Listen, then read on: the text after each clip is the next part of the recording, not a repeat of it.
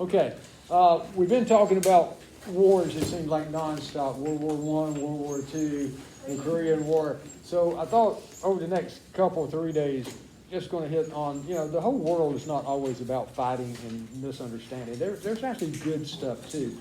Unfortunately, this doesn't always, you don't get to study it for history. It seems like you only study the bad stuff sometimes. So we're going to study some of the good stuff that happened in the 50s, starting today. Our title today is Fun Fads of the Fab 50s. That's a mouthful, especially if you stutter. But anyway, you find a reading, you find a question. Pretty simple.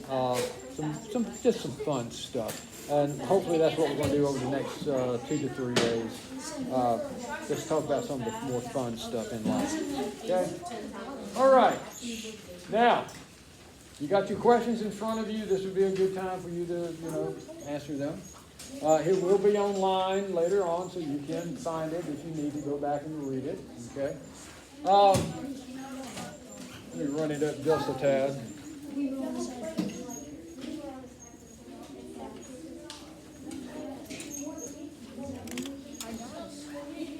Hey.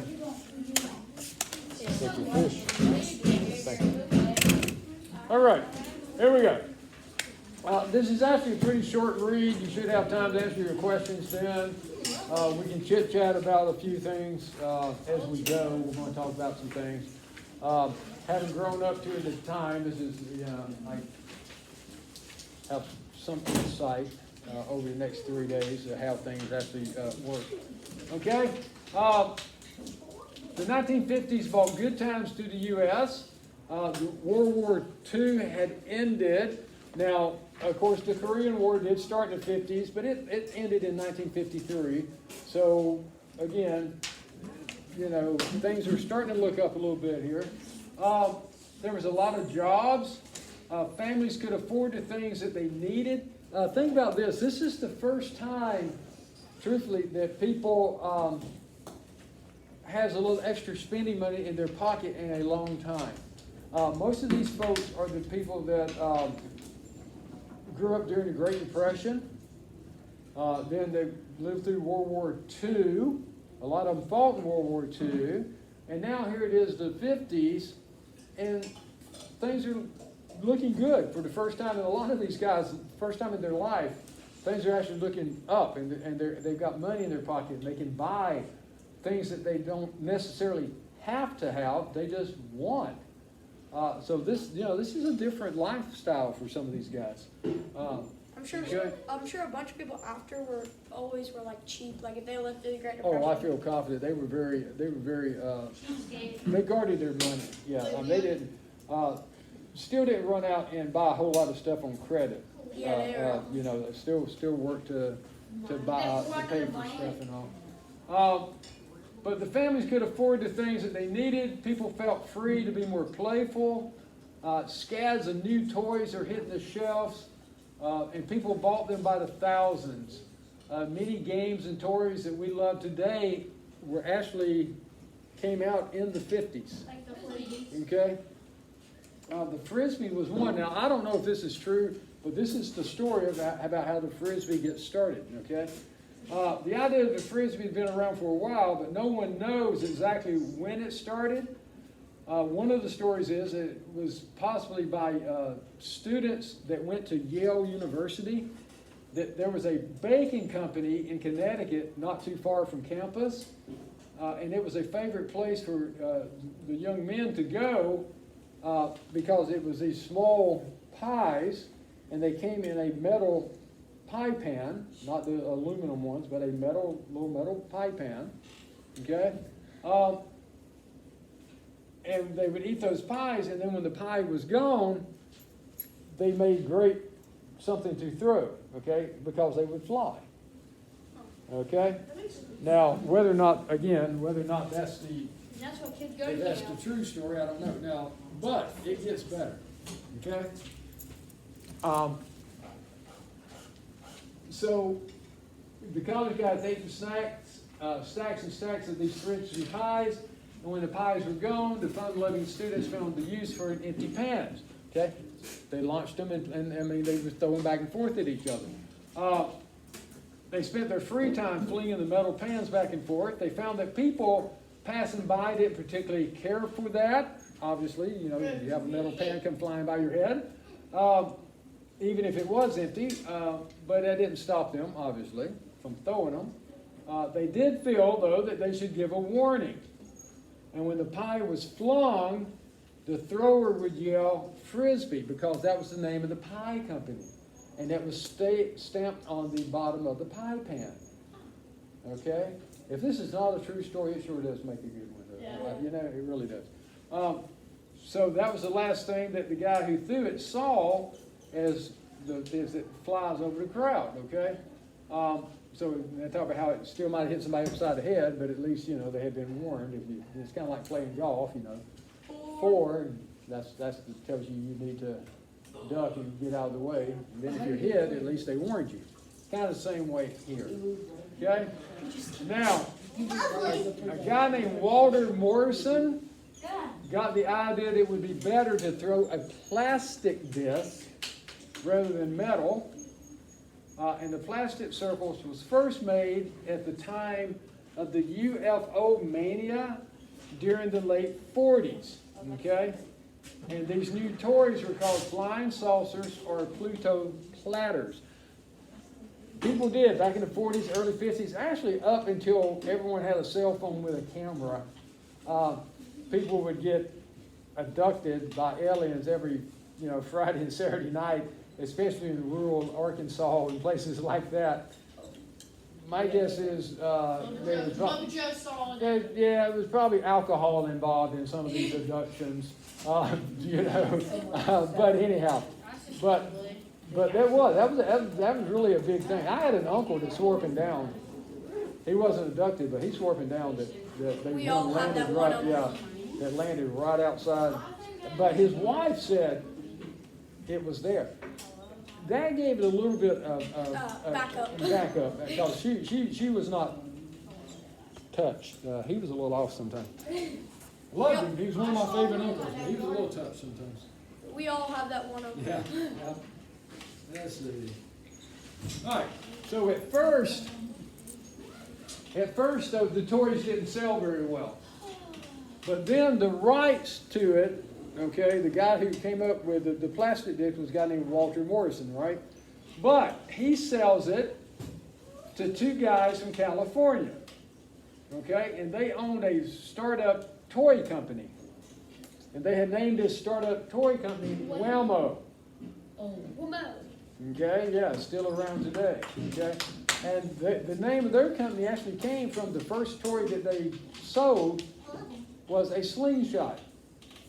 And the idea was when it hit things, yeah, they said it went whammo when you hit something with it. So they named their company Wham-O. They probably had no idea that it was fixing to take off and be one of the biggest toys companies ever at one point in time. Okay? But the toy guys was constantly on the lookout for new ideas that would be fun for kids and would make money. So they renamed the flying saucer back to Frisbees, changed the spelling a little bit, and soon after that, the sales of the toy took off. Okay? And I would be willing to bet most of you at some point in time, if you don't have a Frisbee at your house, you have had one come through your house at some point in time. Okay? Sometimes literally come through your house. But yeah, that's what that is. That's one of the, because they were cheap and they were fun.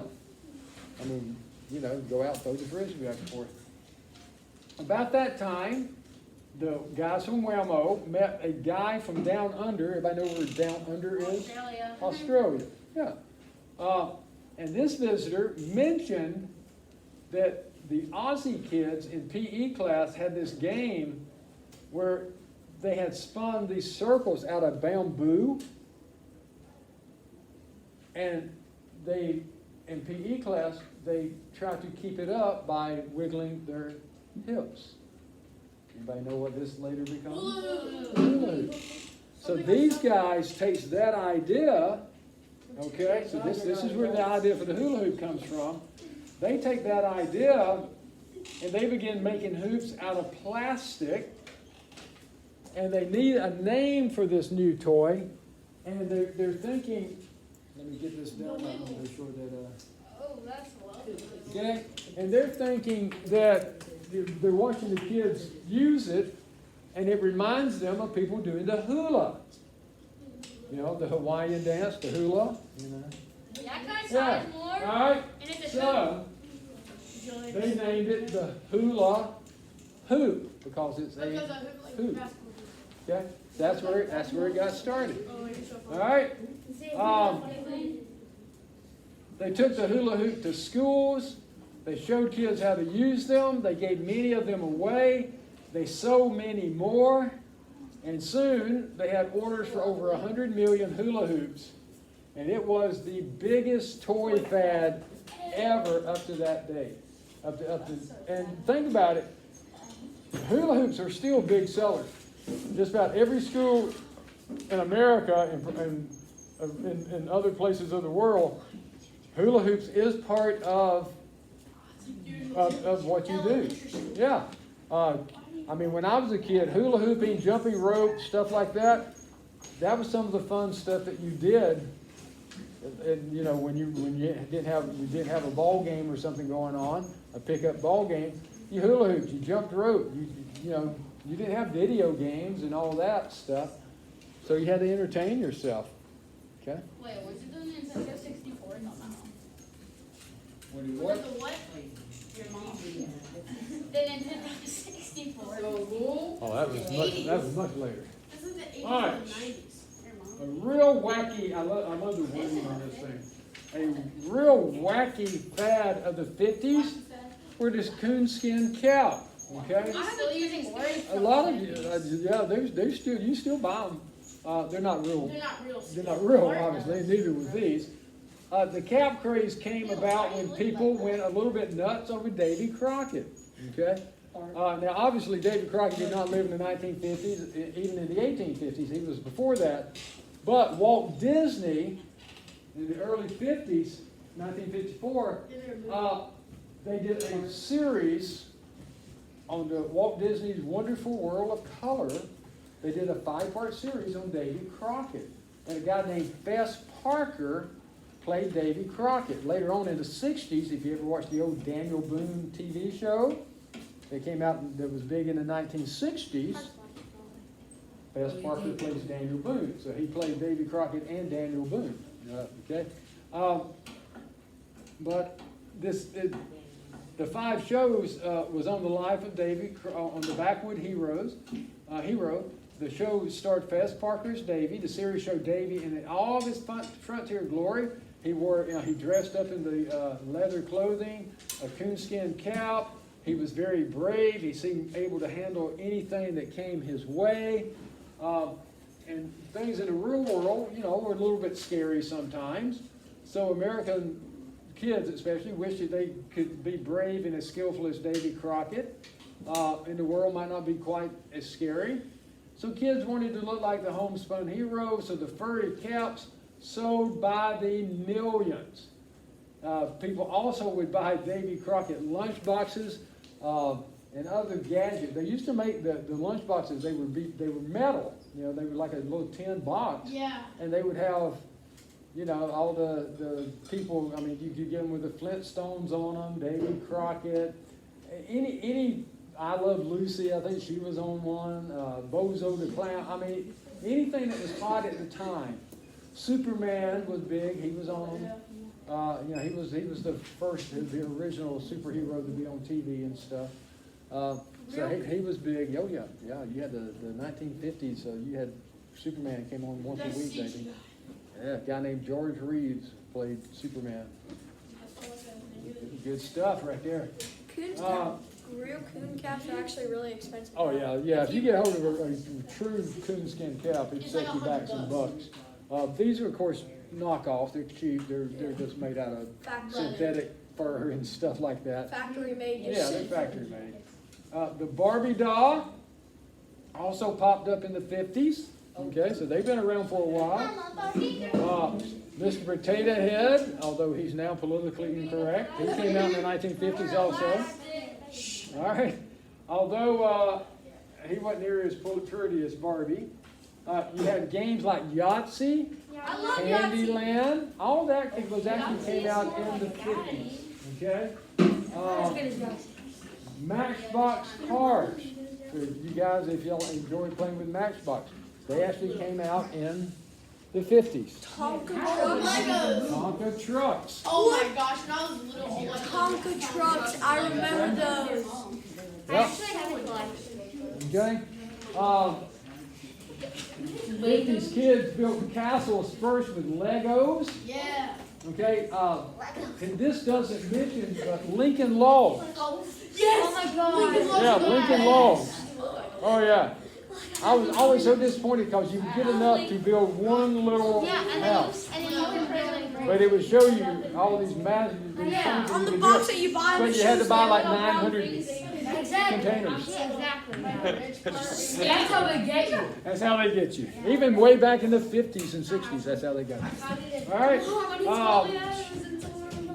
So you have your first Legos. They love a strange ball of goo called Silly Putty. You ever had Silly Putty? My mom hates that Yeah. stuff. I love it though. My sister. There's a mom that likes All right. that. Tonka truck. She's not All right, listen up. Listen up.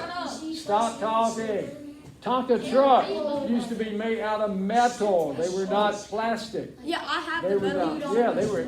I mean, if you can get that thing rolling across the yard, you're down running as fast as you can, pushing that Yeah, thing. you can ride on Oh, couches. you can run your friend completely over. Bam. I mean, it hurt. That thing was made out of metal. I You mean, put it your was really hands tough. down on it and just run. Oh, yeah. I used to do that. Hold up.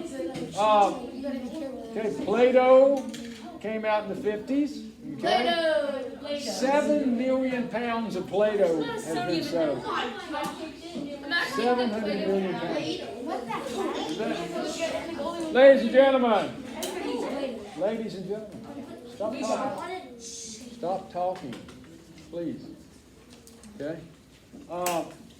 So kids in the 50s got to play with a lot of fun new toys. Some of the 50s fad faded away in a few years, but many of the toys and games from the 50s are still around today. If they're not Okay. certified racers. All right. We're going to let you go. Bye.